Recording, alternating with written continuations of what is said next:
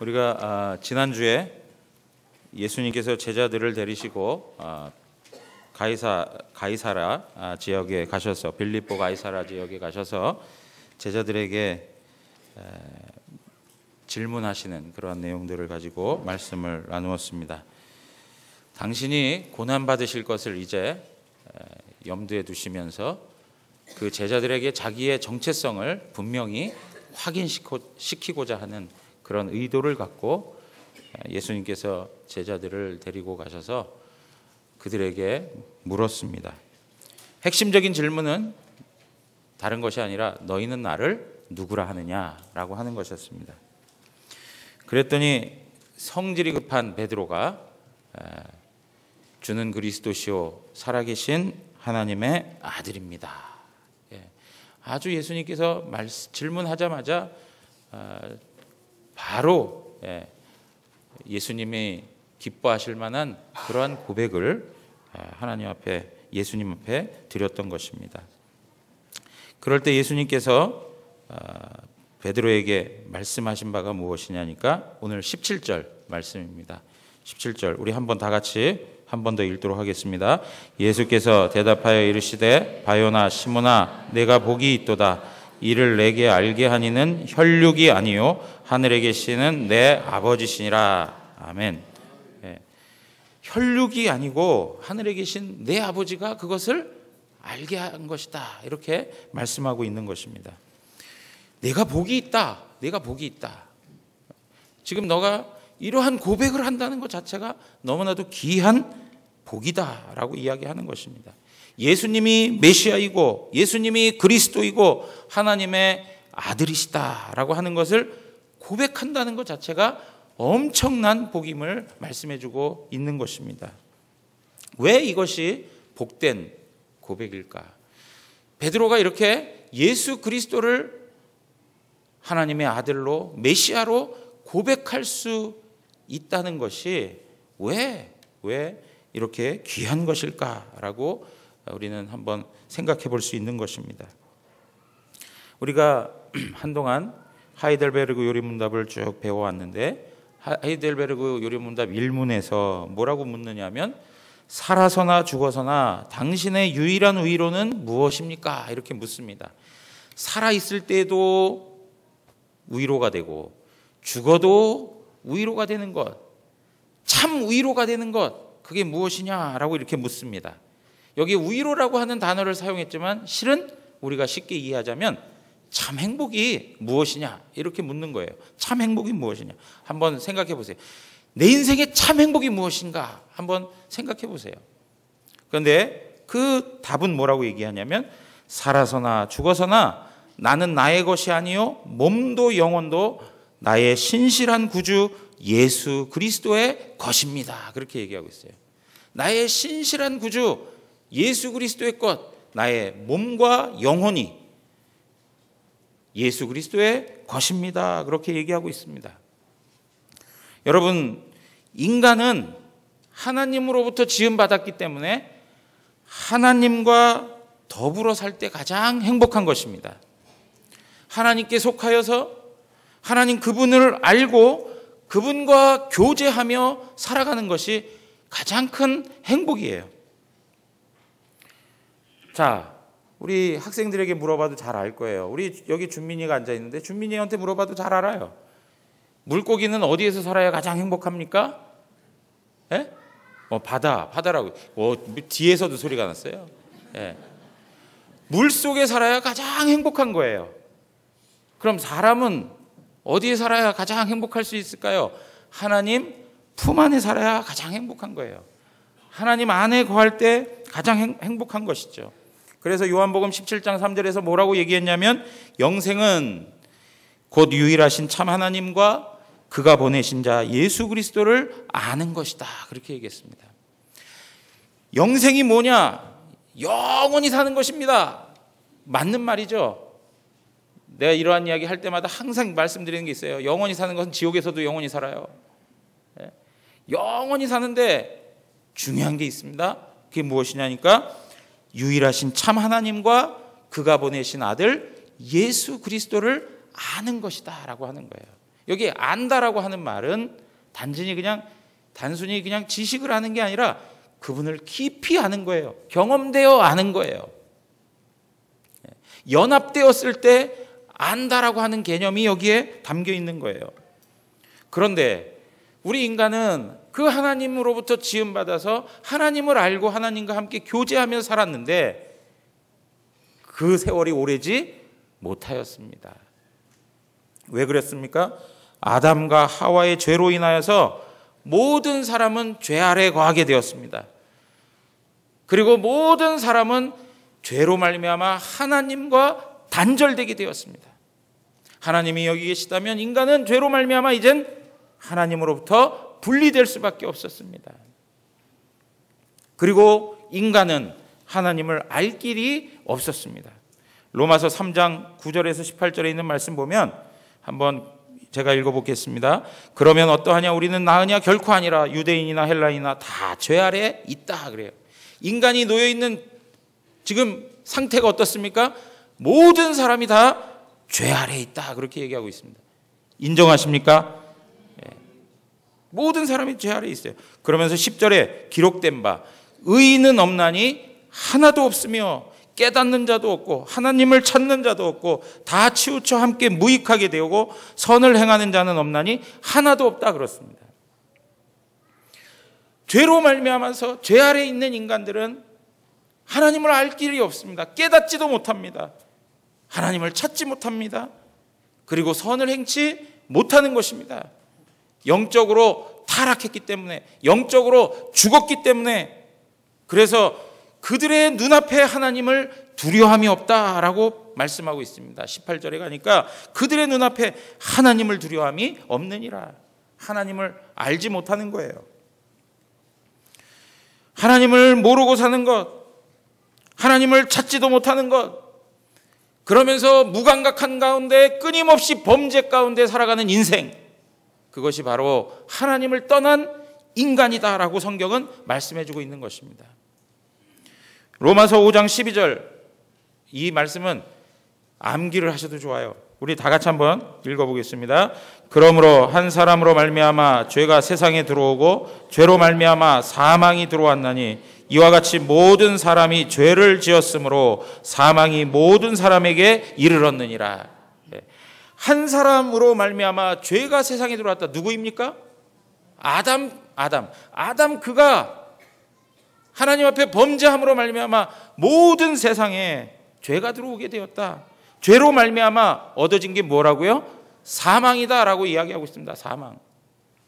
이와 같이 모든 사람이 죄를 지었으므로 사망이 모든 사람에게 이르게 되었다. 아니 목사님 너무 불공평한 거 아닙니까? 그 아담이 지은 걸 가지고 왜 우리한테 뒤집어 씌웁니까? 그 아담 일이죠. 내가 그랬습니까? 그렇게 항변할 수 있는 분들이 있을 수 있어요. 그런데 우리가 잘 알고 있지만 아담은 단순히 개인으로 존재하지 않습니다. 아담은 사람을 대표하는 것입니다. 대표성의 원리가 있는 거예요. 아담은 사람들을 대표하여 하나님이 세우신 거예요. 그러니까 아담의 실패는 곧 누구의 실패입니까? 나의 실패가 되는 거예요. 여러분 우리가 요번에 참 특이한 게 있어요. 월드컵이 왜 이렇게 우리 안에서 회자되지 아니하는지.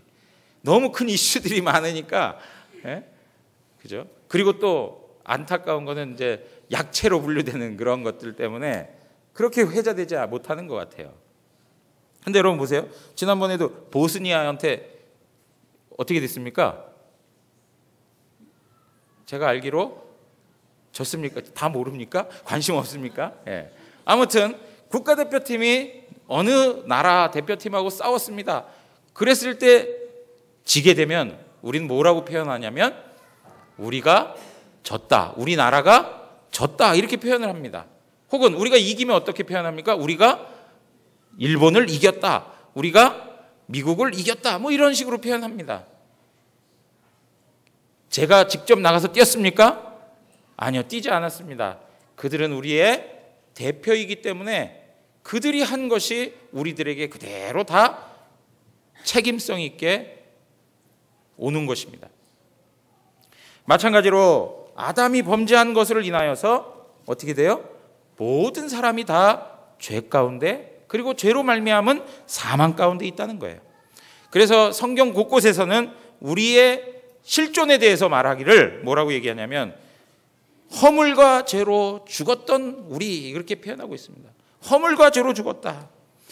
그러므로 우리는 본질상 하나님의 자녀가 아니라 본질상 진노의 자녀이다. 진노의 자녀. 허물로 죽었던 우리를 하나님께서 살리셨다. 이런 표현들을 사용하고 있는 것입니다. 죄 아래 있는 인간들에게 주어지는 결론이 무엇입니까? 죽음이라는 것입니다. 죽음. 죄의 싹은 사망이다라고 말씀하고 있습니다. 반드시 기억해야 될 거 있습니다. 우리는 죄로 인하여서 어디에 이르게 되었다고요? 죽음 가운데 있게 되었다. 사망 가운데 있게 되었다는 거예요. 자, 그럼 보십시오. 죽으면 감각이 있습니까? 없습니까? 감각이 없습니다. 죽은 시체한테 가서 아무리 칭찬을 해도 아무런 반응을 하지 않습니다. 거기 가가지고 왜 누워있느냐고 뺨싸기를 때려도 아무런 움직임이 없습니다. 속으로 되게 기분 나쁘네, 이런 얘기를 하면 죽은 겁니까? 산 겁니까? 예, 그거는 살아있는 겁니다. 그건 살아있는 거예요. 죽었다는 것은 아무런 감각이 없다는 거예요. 생각할 수도 없습니다. 움직일 수도 없습니다. 모든 신경이 다 죽었습니다. 마찬가지로 영적으로 죽었다는 것은 하나님에 대하여 아무것도 모른다는 거예요. 하나님에 대하여 알 길이 없는 것입니다. 그래서 그런 인간들은 어떤 삶을 살아갑니까? 죄를 범하며 살아가는 거예요. 그래서 로마서 1장 18절 이후에 가서 보면 이런 말씀들이 있습니다. 24절에 가서 보시면 그러므로 하나님께서 그들을 마음의 정욕대로 더러움에 내버려 두사 그들의 몸을 서로 욕되게 하게 하셨으니, 26절에도 보면 이 때문에 하나님께서 그들을 부끄러운 욕심에 내버려 두셨으니 곧 그들의 여자들도 순리대로 쓸 것을 바꾸어 영리로 쓰며 그와 같이 남자들도 순리대로 여자 쓰기를 버리고 서로 향하여 음욕이 불릴 듯하며 남자가 남자와 더불어 부끄러운 일을 행하며 그들의 그릇 때문에 상당한 보응을 그들 자신이 받았느니라. 28절 우리 다 함께 읽겠습니다. 또한 그들이 마음에 하나님 두기를 싫어하며 하나님께서 그들을 그 상실한 마음대로 내버려 두사 합당하지 못한 일을 하게 하셨으니. 예. 하나님 앞에서 하나님 그분의 영광도 피조물들의 것으로 다 바꿔버렸어요. 우상으로 만들어버려가지고 전부 우상 숭배하는 거예요. 하나님을 알지 못하니까. 하나님을 뭐로 만들었어요? 이스라엘 백성들은 금송아지로 만들어버렸어요. 그리고 어떻습니까? 도덕적으로 윤리적으로 타락한 삶을 살아갑니다. 더러운 삶을 살아갑니다. 오늘 이 말씀 속에서도 동성애에 대한 이야기들을 언급하고 있어요. 남자가 남자와 더불어 음욕이 불릴 듯하게 그러한 관계들을 맺고 살아간다고 말씀하고 있습니다. 이러한 모든 것들이 하나님 앞에서 범죄로 드러나고 있고 그 마음에 하나님 두기를 싫어해요. 하나님 좀 믿으시죠? 하나님 믿어야 구원받습니다. 복음을 전하면 복음 듣는 것을 싫어해요. 끊임없이 마음의 문을 닫고 강팍함으로 하나님을 떠난 인생의 삶을 살아가는 것입니다. 그래서 29절에 보니까 곧 모든 불의, 추악, 탐욕, 악의가 가득한 자요, 시기, 살인, 분쟁, 사기, 악독이 가득한 자요, 수군수군하는 자요, 비방하는 자요, 하나님께서 미워하시는 자요, 능욕하는 자요, 교만한 자요, 자랑하는 자요, 악을 도모하는 자요, 부모를 거역하는 자요, 우매한 자요, 배약하는 자요, 무정한 자요, 무자비한 자라. 이러한 사람들이 다 하나님 앞에 심판을 받는다는 그런 말보다는 하나님을 떠난 인간들이 갖게 되는 삶의 내용이 이렇다는 거예요. 이러한 죄악들로 인하여서 하나님 앞에서 어떻게 되는 것입니까? 32절에 가서 보니까 그들이 이 같은 일을 행하는 자는 어떻게 해요? 사형에 해당되는 것인 걸 알면서도 깨닫지 못한다는 거예요. 사랑하는 성도 여러분, 우리가 이러한 삶을 가지고 살아왔습니다. 이러한 인간적 한계, 죄 가운데 있고, 그리고 또 죄로 말미암아 죽어 있는 이 현실, 이 문제를 해결하는 것이 바로 인간의 숙제인 것이에요. 어떻게 하면 여기서 구원을 받을 수 있을까? 이러한 영적 죽음의 문제를 어떻게 하면 해결할 수 있을까? 그렇게 해서 오랜 역사로부터 수많은 인간들이, 사람들이 고민한 것이 무엇이냐면 철학이고 종교이고 과학인 것입니다. 많은 사람들이 자신들이 돌을 닦고 체험하여 인생의 문제들을 해결해 보려고 노력하였습니다. 여러분, 저는 공자님이라든가 부처님이라든가 늘 말씀드리는 것이지만 그분들이 가지고 있는 좋은 영향력들이 있습니다. 윤리 도덕적인 차원에 있어서 사회적 순기능을 하는 것들이 분명히 존재합니다. 어떠한 가르침이든지 그들에게 있어서는 인간들로 하여금 더 인간답게 살아가도록 하는, 인간들의 수준에서 살아가도록 하는 그런 방향을 제시하기도 합니다. 그런데 끝내는 다 죽음에 이르는 것입니다. 끝내는 죽음입니다. 다른 해답을 찾지 못하는 것이죠. 열심히 그 문제를 해결하려고 수많은 세월을 보냈습니다. 그러나 죽음입니다. 그러나 죽음이에요. 여러분, 이 죽음의 한계를 극복할 수 있는 방법이 무엇일까? 그죠? 그것은 인간들 안에서는 해결이 되지 않는 것이죠. 제가 이러한 표현들을 할 때가 있는데요. 초등학교 1학년에 저는 산수를 참 못합니다. 수학을 잘 못하는데, 예를 들면 미적분의 문제를 하나 내줬다고 생각을 해보자고요. 초등학교 1학년들에게. 미적분이라는 단어도조차 모르는 그들에게 문제를 내주고 풀어라, 그렇게 얘기하는 것입니다. 그러면 1학년 수준에서 1 더하기 1은 2, 2는 4 배운 거 가지고 열심히 노력할 것입니다. 그 중에는 30명이 있다면 그 중에는 1등도 있고 2등도 있고 3등도 있고 4등도 있습니다. 30등이 볼 때는 1등이 참 대단해 보입니다. 그런데 그 1등조차도 결국에는 그 문제를 풀 수 없습니다. 여러분, 오늘날 우리 안에 인생의 문제가 바로 그와 같은 것이죠. 우리 안에 도덕적으로 수준 있는 사람들이 있습니다. 윤리적인 부분에 있어서 조금 더 나아 보이는 사람들도 있습니다. 그러나 그들도 역시 죽음의 문제는 해결할 수가 없습니다. 구원의 문제는 해결할 방법이 없다는 것이죠. 그래서 그 초등학교 학생들에게 그 문제를 풀기 위해서는 누가 와야 되는 것일까요? 선생님이 오신다든가, 아니면 대학생이 와서 가르쳐야 된다든가, 풀어야 된다든가, 외부적인 방식이 필요하다는 거예요. 인간의 한계의 문제를 인간들이 감당할 길이 없어서 하나님의 아들 되신 예수 그리스도가 이 땅에 오신 것이 바로 기독교의 신앙입니다. 인간으로 오신 하나님의 아들, 이것이 바로 하나님과 단절된 인간의 이 죽음의 문제를 해결하기 위한 하나님의 방식인 것입니다. 로마서 3장 23절에서 28절로 한번 가서 보시면, 모든 사람이 죄를 범하였음에 하나님의 영광에 이르지 못하였다, 그렇게 말합니다. 모든 사람이 다 죄를 범했어요. 옆에 계신 분들 보세요. 죄 지은 사람 같은가? 네? 다 죄를 범했어요. 다 죄를 범했기 때문에 하나님의 영광, 하나님의 선에 나아갈 수가 없다. 그런데 24절 보세요. 그리스도 예수 안에 있는 속량으로 말미암아 하나님의 은혜로 값없이 의롭다 하심을 얻은 자 되었느니라.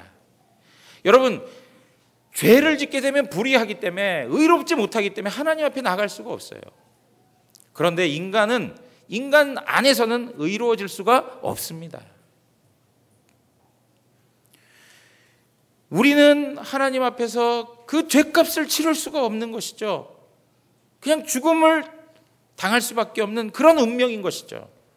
그런데 우리 주 예수 그리스도께서 오셔가지고 우리 대신하여 값을 지불해 주셨습니다. 그걸 속량이라고 얘기합니다. 내가 지불해야 될 그 죄값을 누가 치러주신 거예요? 예수님이 대신 치러주신 거예요. 마치 구약의 짐승들처럼. 한 사람이 짐승을 잡아갖고 옵니다. 양이든지 염소든지 끌고 와서 자기 자신의 손을 그 양의 머리에 얹어서 기도합니다. 기도하면 내가 가지고 있던 죄가 전부 그 양에게 전가되는 것이죠. 그리고 그 양은 나 대신 어떻게 해요? 죽어주는 것입니다.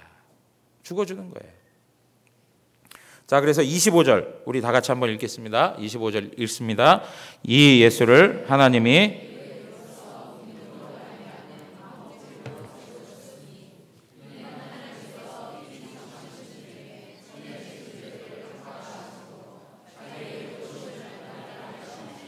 아멘. 예수를 하나님께서 그의 피로써 믿음으로 말미암는 뭐로 삼으셨다고요? 화목 제물로 삼으셨다는 거예요. 내가 죽어야 할 그 자리에 예수님을 화목 제물로 세우고 나 대신 죽게 하셨다는 거예요. 그걸 통해서 하나님의 의로우심을 드러내고 뿐만 아니라 그 사실을 믿는 자들도 의롭다 하심을 얻게 하셨다는 거예요. 예수 그리스도께서 나를 대신하여 십자가에서 완전히 죽으신 그것을 인하여서 내 자신이 의롭다함을 받게 되었다는 것이죠. 죄사함을 받게 되고 의롭다함을 얻게 되었다는 것을 말씀해 주고 있는 것입니다. 사랑하는 성도 여러분, 다시 한번 말씀을 드린다면 우리가 하나님으로부터 분리되어 살아가고 있는데 하나님과의 온전한 관계를 맺기 위해서는 우리는 의로워야 된다는 거예요. 그러나 우리가 지금 고백했던 것처럼 우리는 의로울 수가 없어요. 왜요? 다 죄 가운데서 하나님 앞에 죄인으로 살아가고 있습니다. 우리의 모습을 보면 하나님이 우리를 관계하실 수가 없어요. 우리를 천국으로 들여보내줄 수가 없어요. 그런데 하나님께서 예수 그리스도를 통해서 우리를 받아주시는 거예요. 예수 그리스도를 통해서. 의로움에는 여러분 두 가지가 있습니다. 두 가지. 하나는 죄사함을 받아야 돼요. 그리고 또 하나는 거룩해야 되는 거예요. 이 죄사함을 받기 위해서 누가 대신 죽으셨어요? 예수님이 대신 죽으신 거예요. 거룩함을 위해서 예수님께서 하나님의 모든 말씀 앞에 완전히 순종하신 거예요. 그걸 우리는 그리스도의 의라고 이렇게 표현을 해요. 그리스도의 의라 이렇게 표현해요. 그러니까 우리가 의로워서 구원받는 게 아니라 예수 그리스도의 완전한 의 때문에 우리가 하나님 앞에 받아들여진다는 거예요. 여러분, 이러한 말이 그냥 단순히 교리적으로만 들어서는 안 될 일이고 정말 우리가 하나님 앞에 받아들여지는데 내 노력과 내 조건과 나의 행위로 되는 것이 아님을 성경이 말하고 있다는 거예요. 그래서 로마서 1장 16절에 보면 우리 한번 또 읽겠습니다. 1장 16절. 내가 복음을 부끄러워하지 아니하노니 이 복음은 모든 믿는 자에게 구원을 주시는 하나님의 능력이 됨이라. 먼저는 유대인에게요 그리고 헬라인에게로다. 사도 바울이 복음을 부끄러워하지 않는다 그렇게 얘기해요. 복음을 부끄러워하지 않는다. 왜 복음을 부끄러워하지 않을까요? 복음은 구원을 주시는 하나님의 능력이 있기 때문에 그렇다는 거예요. 자기가 하나님의 진노 가운데 있었습니다. 하나님의 영원한 심판 가운데 있었습니다. 그런데 그 복음이 예수 그리스도께서 나를 위해 죽으시고 다시 살아나셨다는 것, 그 예수가 나의 죄값을 사해 주셨다는 것, 그 복음이 나를 그 하나님의 영원한 심판에서 건져 주셨다는 거예요. 그러니까 그 복음이 자랑스러울 수밖에 없는 거예요. 그 복음이 너무나도 영광스러울 수밖에 없는 거예요.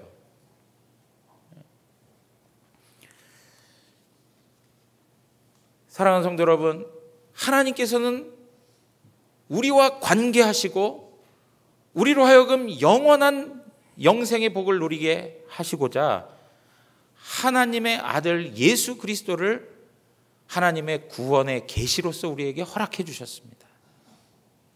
예수 그리스도 그분이 우리의 구원자임을 하나님께서 우리에게 드러내시고 예수 그리스도 그분을 하나님을 아는 계시자로서 우리에게 보내주신 거예요. 그래서 여러분 보세요. 요한복음 14장 7절에서 9절 가면 이런 말이 있어요. 빌립이 얘기하는 거예요. 주여 아버지를 우리에게 보여주십시오. 그러면 좋겠습니다. 그러면 족하겠나이다 라고 얘기합니다. 예수님을 따라다니는 빌립이라는 사람이 예수님 아버지를 좀 보여주십시오. 하늘 아버지를 좀 보여주십시오. 그러면 족하겠나이다 그렇게 얘기하는 거예요.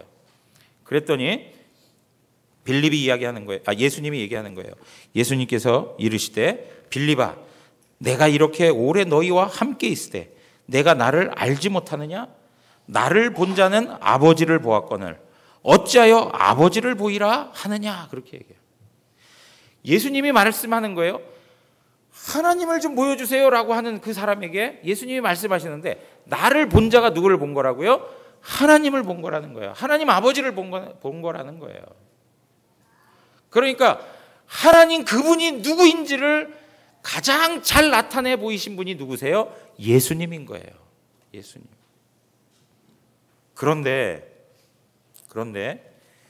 이 예수님이 메시아이고 이 예수님이 하나님의 아들이시다. 이 예수님이 구원자시다 라고 하는 것을 우리가 고백해야 될 거 아닙니까? 하나님께서 우리의 삶에 어마어마하게 하나님의 은혜를 베풀어 주시는데 하나님의 구원의 역사를 이루시고 하나님께서 놀라운 일을 행하셨는데 우리가 그것을 모르고 살아간다는 거예요. 자, 우리 잘 아는 말씀이지만 로마서 10장 9절에서 10절 보면 내가 만일 내 입으로 예수를 주로 시인하며 또 하나님께서 그를 죽은 자 가운데서 살리신 것을 내 마음에 믿으면 구원을 받으리라 그렇게 얘기했습니다. 10절 다 같이 한번 읽겠습니다.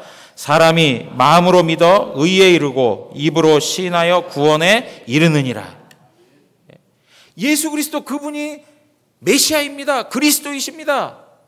그분이 하나님의 아들입니다. 그분이 나의 구원자입니다. 이거를 시인해야 될 거 아니에요. 하나님이 우리에게 허락한 그 구원의 역사가 정말 하나님이 우리에게 선물로 주신 것이구나. 우리를 구원하시는 그 일들이구나 하는 것을 고백할 수 있어야 되잖아요. 나의 하나님, 나의 구세주로 고백할 수 있어야 되는데 그걸 어떻게 할 수 있냐 이거예요. 사랑하는 성도 여러분, 우리가 예수 그리스도를 고백하는 것이 너무나도 자연스러운 일이지 않습니까? 그런데 지금도 교회 밖에 있는 영혼들을 생각하면 이 고백을 할 수 없는 거예요.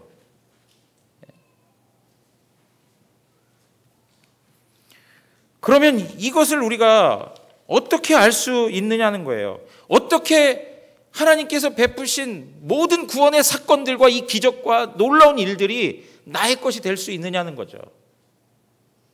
그래서 베드로처럼 주는 그리스도시요 살아계신 하나님의 아들입니다라고 하는 고백을 어떻게 할 수 있느냐 이거죠. 오늘 성경 본문에서는 뭐라고 얘기하냐면 혈육으로 되는 게 아니라는 거예요. 혈육으로 되는 게 아니라는 말은 우리의 인간적 조건의 방식으로 되지 않는다는 거예요. 우리 안에서 원인을 끌어낼 수가 없다는 이야기예요. 우리가 만들어낼 수 있는 일이 아니라는 것입니다. 돈이 있다고 해서 그런 고백을 할 수 있는가? 힘이 있다고 해서 예수님을 알 수 있는가? 많은 재능과 능력이 있다고 해가지고 하나님 그분이 우리의 아버지 되신다는 것을 알 수 있느냐 이거예요. 세상적으로 많이 공부한다고 해가지고 예수 그리스도가 나의 구원자라고 고백할 수 있냐 이거죠. 그렇지 않은 것이죠. 오늘 말씀에서는 그것은 혈육이 아니요 하늘에 계신 내 아버지라 그렇게 말씀하고 있습니다. 하나님 아버지 그분이 우리에게 은혜를 베푸셨다는 겁니다. 에베소서 2장 8절에서 9절에 있는 말씀 너희는 그 은혜에 의하여 믿음으로 말미암아 구원을 받았으니 이것은 너희에게서 난 것이 아니요 하나님의 선물이라. 사랑하는 성도 여러분, 우리가 가지고 있는 구원이 하나님의 선물임을 믿으십니까? 네. 하나님의 선물이에요. 9절에 보니까 행위에서 난 것이 아니니, 우리가 어떤 조건을 만들어서 우리가 어떤 원인 제공자가 되어서 우리가 얻어낸 것이 아니라, 그러므로 우리는 누구든지 자랑하지 못한다라고 얘기했습니다. 왜요? 내가 노력해서 얻은 것이 아니기 때문에 그래요. 내가 잘나서 얻은 게 아니기 때문에 그렇다는 거예요. 구원은 하나님의 은혜로 받는 것입니다. 구원은 하나님의 은혜로 받는 거예요. 그런데 이러한 하나님의 은혜가 어떤 방식으로 우리 가운데 적용되냐면, 잘 보십시오. 고린도전서 12장 3절로 한번 가서 보시면 우리 다 같이 읽겠습니다. 그러므로 내가 너희에게 알리노니 하나님의 영으로 말하는 자는 누구든지 예수를 저주할 자라 하지 아니하고 또 성령으로 아니하고는 누구든지 예수를 주시라 할 수 없느니라. 여러분, 예수 그리스도를 저주의 대상으로 보지 않고 예수 그리스도를 주시라 고백하십니까? 예수 그리스도가 나의 구세주라고 고백하십니까? 그것은 하나님의 성령이 내 안에 계시기 때문에 하는 거예요. 하나님의 영이 내 안에 안 계시면 그 고백할 수 있어요, 없어요? 할 수 없다는 거예요. 제가 간혹 이런 질문을 해요. 집사님 마음 가운데 성령이 함께 하십니까? 함께 하시는 그 성령 좀 한번 보여주세요. 어떻게 그것을 증명해낼 수 있습니까? 라고 묻습니다. 우리 단순하게 고백할 수 있어요. 내가 예수 그리스도를, 그죠? 예수님을 그리스도라고 고백하고 하나님의 아들이라고 고백하고 그분이 나를 위해 십자가에 죽으시고 나는 그분 때문에 죄사함을 받고 하나님의 자녀가 되는 권세를 얻었습니다. 이렇게 고백할 수 있는 게 무엇 때문입니까?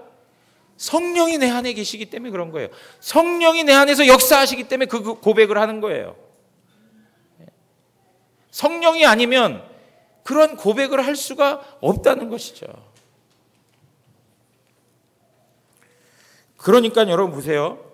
마태복음 26장에 가서 보면 예수님의 대적자들이 예수님을 신문하기 시작하는데 거기에는 대제사장들이 있었습니다. 율법사들이 있었습니다. 그들은 성경을 모르는 이들이 아니었습니다.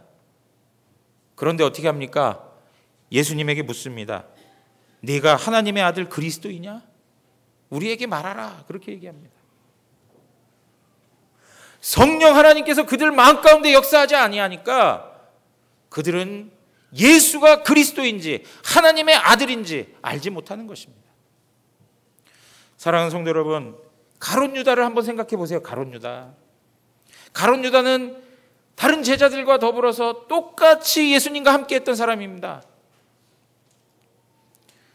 같이 먹고 같이 마시고 같이 눕고 같이 대화하고 하나님 나라의 진리의 가르침을 받았고 예수 그리스도께서 행하시는 놀라운 기사와 이적들을 보았던 사람입니다.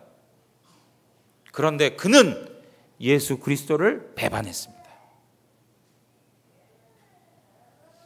하나님의 성령이 그 가운데 역사하지 아니하면 우리는 여전히 죄인일 수밖에 없고 여전히 하나님을 배반할 수밖에 없습니다. 어떤 성도님이 저한테 그런 얘기를 하더군요. 목사님, 하나님이 은혜 주시지 않으니까 한순간도 하나님 앞에 선한 마음을 갖지 못하더라는 거예요. 계속되는 죄악이 막 올라온다는 거예요. 하나님이 은혜 주신다는 것은 우리의 마음 가운데 있는 죄마저도 제어당하고 있다는 놀라운 일들인 것이죠. 사랑하는 성도 여러분, 인간의 조건으로 예수님을 알 수 있는 것이 아닙니다. 성령님이 내 안에 함께 하셔야 되고 성령께서 역사하실 때 우리는 예수님을 나의 주, 나의 하나님이라고 고백하는 것입니다. 그래서 고린도전서 2장 10절에 가서 보시면 12절, 우리가 세상의 영을 받지 아니하고 오직 하나님으로부터 온 영을 받았으니 이는 우리로 하여금 하나님께서 우리에게 은혜로 주신 것들을 알게 하려 하심이라 그랬습니다. 성령께서 우리 가운데 오셔서 하나님이 우리에게 은혜로 주시는 놀라운 구원의 역사들을 알게 하신다는 거예요.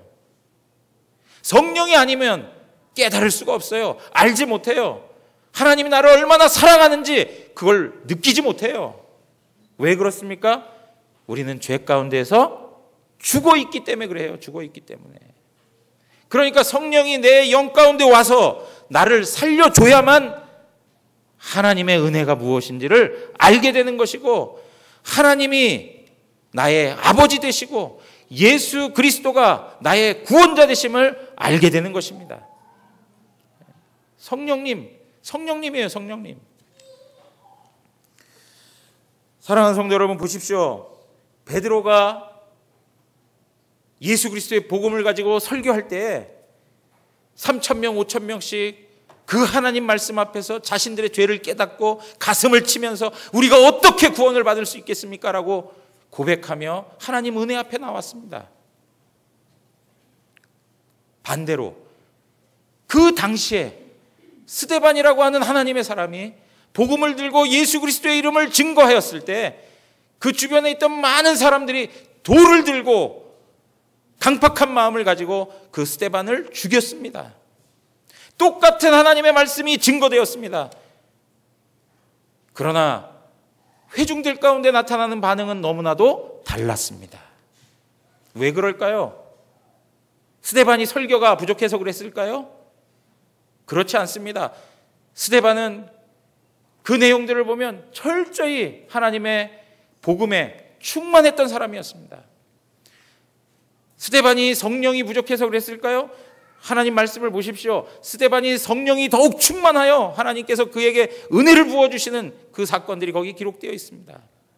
그럼에도 불구하고 그 회중들 가운데 성령의 역사가 없으니까 오히려 어떻게 해요? 강팍한 마음으로 돌을 들어 그를 치는 거예요. 사랑하는 성도 여러분, 우리가 오늘 본문의 말씀을 읽으면서 이 베드로가 왜 복이 있는가?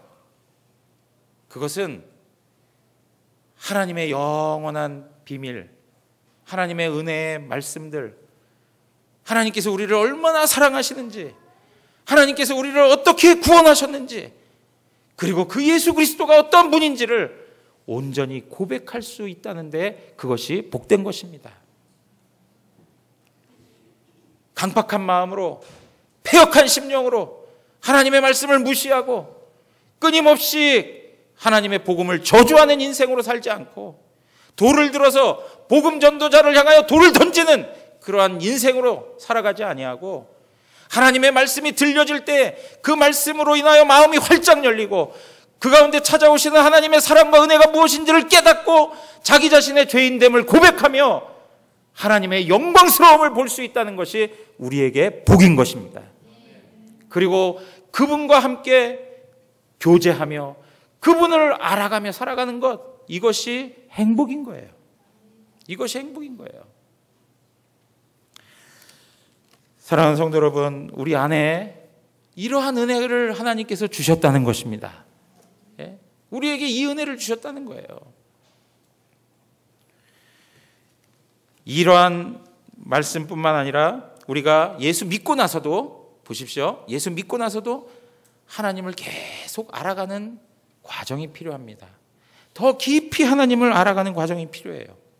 그래서 사도 바울은 에베소 교회 성도들을 향하여 기도를 하는데, 에베소서 1장 17절에서 19절 보면 우리 주 예수 그리스도의 하나님 영광의 아버지께서 지혜와 계시의 영을 너희에게 주사 하나님을 알게 하시고 너희 마음의 눈을 밝히사 그의 부르심의 소망이 무엇이며 성도 안에서 그 기업의 영광의 풍성함이 무엇이며 그 힘의 위력으로 역사하심을 따라 믿는 우리에게 베푸신 능력의 지극히 크심이 어떠한 것을 너희로 알게 하시기를 구하노라. 지금 사도 바울이 에베소 교인들을 위하여 하나님 앞에 기도하는 내용이 있는데 그게 뭐냐니까 성령 하나님께서 그들 가운데 함께 하셔서 하나님을 더 깊이 알아가기를 기도한다는 거예요. 그리고 하늘로부터 오는 놀라운 은혜와 은사들이 무엇인지를 알고 하나님을 더욱더 깊이 만나는 삶을 살아갈 수 있도록 기도한다는 거예요. 무슨 기도입니까? 성령의 역사하심을 구하는 기도를 하고 있는 거예요. 성령님, 각 심령에게 찾아와 주셔서 말씀으로 깨닫게 해주시고 그 무지함과 어리석음에서 벗어나서 하나님의 그 기쁘신 뜻이 무엇인지를 깨달아 하나님의 하나님 되심을 더 깊이 알아갈 수 있는 하나님의 자녀들 되게 해 주시옵소서. 이 땅을 살아가는 데 있어서 세상적인 부요함은 없어도 하나님을 아는 부요함으로 인하여서 성도가 얼마나 영광스럽고 성도가 얼마나 복되며 성도가 이 땅에서 얼마나 고귀한 인생인가를 깨달으며 살아갈 수 있도록 성령께서 역사해 주십시오. 이것을 기도하고 있는 거예요. 이것을. 여러분, 오늘 예배에 나오실 때도 보십시오. 예배할 때 보면 우리로 하여금 은혜 못 받게 할 여러 요소들이 얼마나 많은지 몰라요. 어떤 분들 보면 어떨 때 보면 이렇게 스크린에 가사가 틀려요. 그리고 어떤 막 열심히 막 하나님 은혜 앞에 막 나가는데 스크린이 꺼졌어요. 예? 가사도 모르겠고. 예? 그러면 막 방송실에 대한 원망이 막 생겨나고. 예? 여러 요건들이 다 있어요, 우리 안에. 찬양대에 앉아 있는 분들을 보면서 예? 여러 생각들을 한단 말이에요. 또 찬양대에 계신 분들은 요 앞에 앉아 계신 분들을 보면서 시험에 든다는 그런 표현들도 할 수 있잖아요. 그죠? 예. 얼마나 다양한 방해될 요소들이 많은지 몰라요. 어떤 분 저한테 그러더군요. 예전에 있었던 교회에서 목사님, 제 앞에 있는 사람 그 머리 때문에 은혜가 안 돼요. 앞에 있는 머리 때문에 별 요소들을 다 가지고 어떤 경우에는 목사를 보면서도 저 넥타이 색깔은 저걸 왜 헤맸어? 뭐 별 이야기들 다 보이는 것 하나하나가 다 우리로 하여금 은혜 받는 것을 다 방해하게 만드는 것들이에요. 옆에 있는 사람이 핸드폰 만지작거리는 거, 옆에 있는 사람이 막 졸고 있는 거, 다 그게 다 은혜 받지 못할 만한 조건들을 다 보여주는 거예요, 막. 그런데 여러분 보세요. 그 모든 것을 뛰어넘어서 하나님께서 우리에게 은혜 주시는 것은 성령 하나님의 역사밖에 없어요. 성령 하나님 역사하셔야 돼요. 그래서 제가 간곡히 부탁드리는 것은 예배에 오시기 전에 하나님 앞에 기도함으로 준비하셔야 돼요. 성령 하나님 도와주시옵소서. 예? 목사인 저도 끊임없이 기도해요. 하나님 말씀 증거할 때 성령 충만하게 해주시옵소서. 그러면 말씀을 듣는 회중들도 성령 하나님 앞에 의지하고 기도하셔야 돼요. 여러분 보세요. 부족한 목사라 설교를 잘 못할 때도 얼마나 많은지 몰라요. 얼마나 많은 스트레스와 고민을 가지고 하나님 앞에 저 자신도 은혜를 구하며 기도해요. 그런데 그러한 연약한 모습 속에서도 하나님의 자녀와 백성들을 위해서 성령 하나님께서 역사하시면 부족한 모습 가운데도 하나님이 은혜를 얻게 하시더라고요. 그리고 아무리 탁월하고 세상적으로 유명한 설교자가 와서도 성령이 역사하시지 않으면 은혜를 경험할 수가 없는 거예요. 사랑하는 성도 여러분, 우리 안에 성령 하나님의 역사가 간절히 필요합니다. 그것을 구해야 됩니다. 매일 예배에 나올 때 삶의 현장에서 성령 하나님을 구하시고 은혜를 구하십시오. 그럴 때 성령께서 우리의 마음 가운데 찾아오시고 우리를 하나님의 은혜로 가득 채워주실 줄 믿습니다. 우리는 하나님의 은혜 없이는 살 수가 없습니다. 우리의 처음부터 우리의 마지막까지 우리는 하나님의 은혜로 채워져야 하는 사람들입니다. 그것을 기억하시면서 오늘도 하나님의 영광을 누리고 성도의 고귀함과 그 복됨을 마음에 간직한 채 하나님과 동행하며 영광스럽게 살아가는 성도님들 되시기를 주님의 이름으로 축원합니다. 우리 다 같이 자리에 앉겠습니다. 오늘은 우리 김규환 집사님께서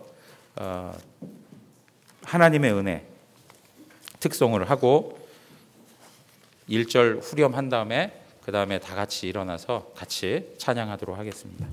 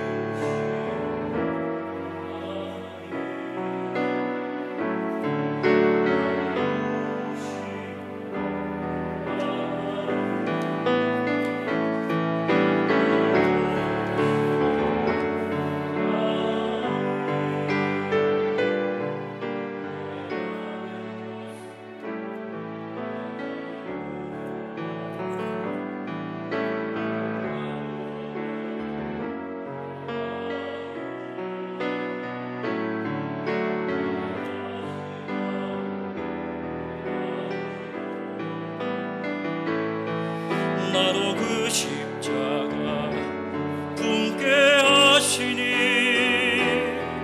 나의 나 된 것은 다 하나님 은혜라. 한량없는 은혜, 갚을 길 없는 은혜, 내 삶을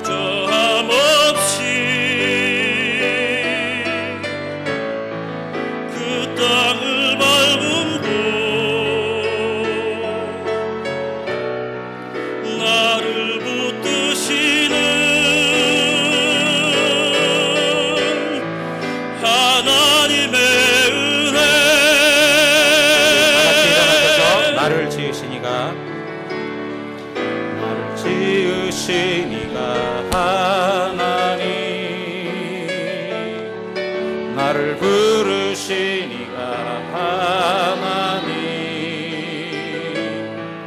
나를 보내시니도 하나님, 나의 나 된 것은 다 하나님 은혜라. 달려갈 길 나가도록 나의 마지막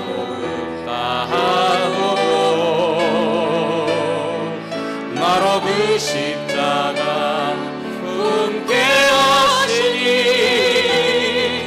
나의 나 된 것은 다 하나님 은혜라. 한량없는 은혜, 한량없는 은혜, 갚을 길 없는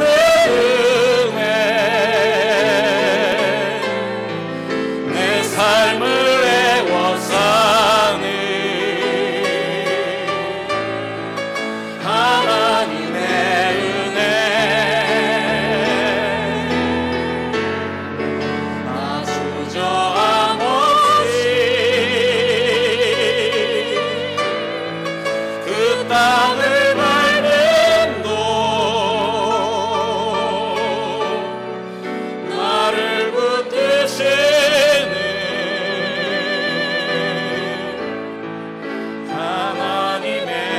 한량없는 은혜, 한량없는 은혜, 갚을 길 없는 은혜, 내 삶을 애워싸는 하나님의 은혜, 나 주저함 없이 그 땅을 밟음도 나를 붙드시는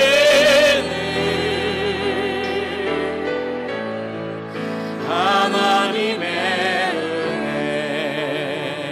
우리 시간에 다 같이 기도하겠습니다. 우리 하나님의 은혜로 지금까지 살아오고 있습니다. 하나님 은혜가 우리에게 다가왔고 하나님 은혜로 우리는 구원받았습니다. 우리가 예수를 주라고 고백하고 그리스도라고 고백하고 하나님의 아들이라고 고백할 수 있는 것 우리 안에서 생겨난 것이 아닙니다. 우리가 이렇게 신앙생활하는 것 자연스러운 일 아닙니다.